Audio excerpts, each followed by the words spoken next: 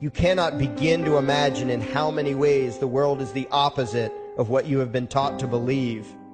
You see the guy who sells drugs to willing customers so he can feed his family as the scum of the earth, while you see the hypocrite who gives away stolen money in the name of government as a saint. You see the guy who tries to avoid being robbed by the federal thugs as a crook and a tax cheat, but see as virtuous the politician who gives away the same stolen loot to people to whom it does not belong. You see the cop as a good guy when he drags a man away from his friends and family and throws him in prison for 10 years for smoking a leaf. And you see anyone who defends himself from such barbaric fascism as the lowest form of life, a cop killer. In reality, most drug dealers are more virtuous than any government social worker, and prostitutes have far less to be ashamed of than political whores, because they trade only with what is rightfully theirs, and only with those who want to trade with them. The upstanding, church-going, law-abiding, tax-paying citizen who votes Democrat or Republican is far more despicable and a bigger threat to humanity than the most promiscuous, lazy, drug-snorting hippie. Why? Because the hippie is willing to let others be free, and the voter is not.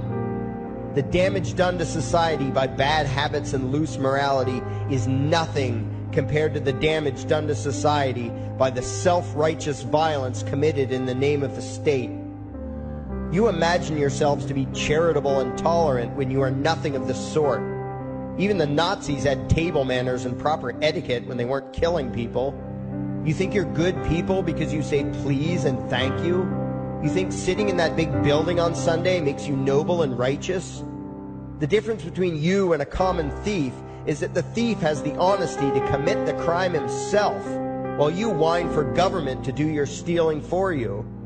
The difference between you and the street thug is that the thug is open about the violence he commits, while you let others forcibly control your neighbors on your behalf. You advocate theft, harassment, assault, and even murder, but accept no responsibility for doing so. You old folks want the government to steal from your kids so you can get your monthly check. You parents want all your neighbors to be robbed to pay for your kids' schooling. You all vote for whichever crook promises to steal money from other people to pay for what you want. You demand that those people who engage in behaviors you don't approve of be dragged off and locked up, but feel no guilt for the countless lives your whims have destroyed. You even call the government thugs your representatives, and yet you never take responsibility for the evil they commit. You proudly support the troops as they kill whomever the liars in D.C. tell them to kill, and you feel good about it. You call yourselves Christians or Jews or claim to follow some other religion, but the truth is what you call your religion is empty window dressing. What you truly worship, the God you really bow to, what you really believe in is the state. Thou shalt not steal, thou shalt not murder, unless you can do it by way of government. Then it's just fine, isn't it? If you call it taxation and war, it stops being a sin, right? After all, it was only your God that said you shouldn't steal and murder, but the state said it was okay. It's pretty obvious which one outranks the other in your minds. Despite all the churches, synagogues, and mosques we see around us, this nation has one God and only one God, and that God is called government. Jesus taught nonviolence and told you to love your neighbor, but the state encourages you to vote for people who will use the violence of government to butt into every aspect of everyone else's life. Which do you believe? To those about to stone a woman who had committed adultery, Jesus said, "Let him who is without sin cast the first stone." But the state says it's perfectly fine to lock someone up if they do something you find distasteful, such as prostitution. Which do you believe? The Christian God says, "Thou shalt not covet," but coveting is the lifeblood of the beast that is the state. You are taught to resent, despise, and hate anyone who has anything you don't have. You clamor for the state to tear other people down, steal their property, and give it to you. And you call that fairness. The Bible calls it coveting and stealing. You are not Christians. You are not Jews. You are not Muslims. and you certainly aren't atheists. You all have the same God, and its name is government. You're all members of the most evil, insane, destructive cult in history. If there ever was a devil, the state is it, and you worship it with all your heart and soul. You pray to it to solve every problem, to satisfy all your needs, to smite your enemies, and to shower its blessings upon you. You worship what Nietzsche called the coldest of all cold monsters, and you hate those of us who don't. To you, the greatest sin is disobeying your God, breaking the law, you call it, as if anyone could possibly have any moral obligation to obey the arbitrary commands and demands of the corrupt, lying, delusional megalomaniacs who infest this despicable town. Even your ministers, priests, and rabbis, more often than not, are traitors to their own religions, teaching that the commands of human authority should supersede adherence to the laws of the gods they say they believe in. Several years ago, I heard one pompous evangelical jackass in particular pontificating on the radio that anyone who disobeys the civil authority, be it a king or any other government, is engaging in rebellion against God. Those were the exact words he used. What if the government is doing something wrong? Well, this salesman for Satan opined, that is the business of those in government, and you are still obligated to obey. Everywhere you turn, be it the state or the church, the media or the schools, you are taught one thing above all else: the virtue of subjugating yourselves to mortals who claim to have the right to rule you. It is sickening the reverence with which you speak of the liars and thieves whose feet are so firmly planted on your necks. You call the congressmen and the judges honorable, and you swoon at the magnificence of the grandiose halls they inhabit, the temples they built to celebrate the domination of mankind.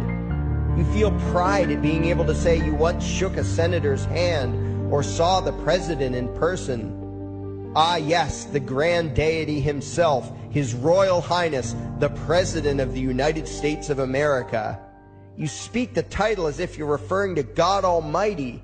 The vocabulary has changed a bit, but your mindset is no different from that of the groveling peasants of old who bowed low, faces in the dirt, with a feeling of unworthiness and humility when in the presence of whatever narcissist had declared himself to be their rightful lord and master. The truth of the matter, back then and today, is that these parasites who call themselves leaders are not superior beings. They are not great men and women. They are not honorable. They're not even average. The people who earn an honest living, from sophisticated millionaire entrepreneurs to illiterate day laborers doing the most menial tasks you can imagine, those people deserve your respect. Those people you should treat with courtesy and civility. But the frauds who claim the right to rule you and demand your subservience and obedience, they deserve only your scorn and contempt. Those who seek so-called high office are the lowest of the low. They may dress better, have larger vocabularies, and do a better job of planning out and executing their schemes, but they are no better than pickpockets, muggers, and carjackers. In fact, they are worse, because they don't want to rob you of just your possessions. They want to rob you of your very humanity, deprive you of your free will, by slowly leeching away your ability to think, to judge, to act, reducing you to slaves in both body and mind. And still you persist in calling them leaders. Leaders? Where is it that you think you're going exactly that would require you to have a leader? If you just live your own life and mind your own damn business, exercising your own talents, pursuing your own dreams, striving to be what you believe you should be, what possible use would you have for a leader? Do you ever actually think about the words that you hear, the words that you repeat? You parrot oxymoronic terms such as the leader of the free world, even pretending for a moment that there is some huge journey or some giant battle that everyone in the entire nation is undertaking together that would require a leader. Why would you ever think, even for a moment, that the crooks that infest this town are the sort of people you should listen to or emulate or follow anywhere? Somewhere inside your mostly dormant brains, you know full well that politicians are all corrupt liars and thieves, opportunistic con men, exploiters, and fearmongers. You know all this, and yet you still speak as if you are the ones who are the stupid, vicious animals, while the politicians are the great, wise role models, teachers, and leaders without whom civilization could not exist. You think these crooks are the ones who make civilization possible? What belief could be more absurd? Yet when they do their pseudo-religious rituals, deciding how to control you this week, you still call it law, and continue to treat their arbitrary demands as if they were moral decrees from the gods that no decent person would ever consider disobeying. You have become so thoroughly indoctrinated into the cult of state worship that you are truly shocked when the occasional sane person states the bleeding obvious. The mere fact that the political crooks wrote something down and declared their threats to be law does not mean that any human being anywhere has the slightest moral obligation to obey. Every moment of every day, in every location and every situation, you have a moral obligation to do what you deem to be right, not what some delusional bloated windbag says is legal. And that requires you to first determine right and wrong for yourself, a responsibility you spend much time and effort trying to dodge. You proclaim how proud you are to be law-abiding citizens and express your utter contempt for anyone who considers himself above your so-called laws, laws that are nothing more than the selfish whims of tyrants and thieves. The word crime once meant an act harmful to another person. Now it means disobedience to any one of the myriad of arbitrary commands coming from a parasitical criminal class. To you, the term crime is nearly synonymous with the word sin, implying that the ones whose commands are being disobeyed must be something akin to gods, when in truth they are more akin to leeches. The very phrase, taking the law into your own hands, perfectly expresses what a sacrilege it is in your eyes for a mere human being to take upon himself the responsibility to judge right from wrong and to act accordingly, instead of doing what you do, unthinkingly obeying whatever capricious commands this cesspool of maggots spews forth. You glorify this criminal class as lawmakers and believe that no one is lower than a lawbreaker, someone who would dare disobey the politicians. Likewise, you speak with pious reverence of law enforcers, those who forcibly impose the politicians' every whim upon the rest of us. When the state uses violence, you imagine it to be inherently righteous and just, and if anyone resists, they are, in your eyes, contemptible lowlifes, lawless terrorist criminals. Like the lawless terrorist criminals who helped slaves escape the plantations. Like the lawless terrorist criminals who helped Jews escape the killing machine of the Third Reich. Like the lawless terrorist criminals who were crushed to death under the tanks of the Red Chinese government in Tiananmen Square. Like all the lawless terrorist criminals in history who had the courage to disobey the never-ending stream of tyrants and oppressors who have called their violence authority and law. And that includes the lawless terrorist criminals who founded this country. Everything you think you know is upside down, backwards, and inside out. But what has to take the cake, the height of your insanity, is the fact that you view as violent terrorists the only people on the planet who oppose the initiation of violence against their fellow men. Anarchists, voluntarists, and libertarians. We use violence only to defend ourselves against someone who initiates violence against us. We use it for nothing else. Meanwhile, your belief system is completely schizophrenic and self-contradictory. On the one hand, you teach the young slaves that violence is never the answer. Yet out of the other side of your mouths, you advocate that everyone and everything, everywhere and at all times be controlled, monitored, taxed, and regulated through the force of government. In short, you are teaching your children that the masters may use violence whenever they please, but the slave should never resist. You indoctrinate your children into a life of unthinking, helpless subservience. You are putting the chains around their little necks and fastening the locks tight. And worst of all, you feel good about it. Out of one side of your mouths, you condemn the evils of fascism and socialism and lament the injustices of the regimes of Hitler, Stalin, and Mao. While out of the other side of your mouths, you preach exactly what they did. The worship of the collective, the subjugation of every individual to that evil insanity that wears the deceptive label, the common good. You babble on and on about diversity and open-mindedness, and then beg your masters to regulate and control every aspect of everyone's lives, creating a giant herd of unthinking conformist drones. You wear different clothes and have different hairstyles, and you think that makes you different. Yet all your minds are enslaved to the same club of masters and controllers. You think what they tell you to think and do what they tell you to do, while imagining yourselves to be progressive, thinking, and enlightened. From your position of relative comfort and safety, you now condemn the evils of other lands and other times, while turning a blind eye to the injustices happening right in front of you.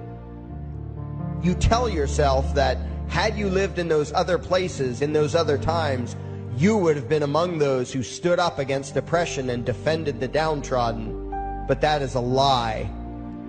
You would have been right there with the rest of the flock of well-trained sheep, loudly demanding that the slaves be beaten, that the witches be burned, that the nonconformists and rebels be destroyed. How do I know this? Because that is exactly what you are doing today.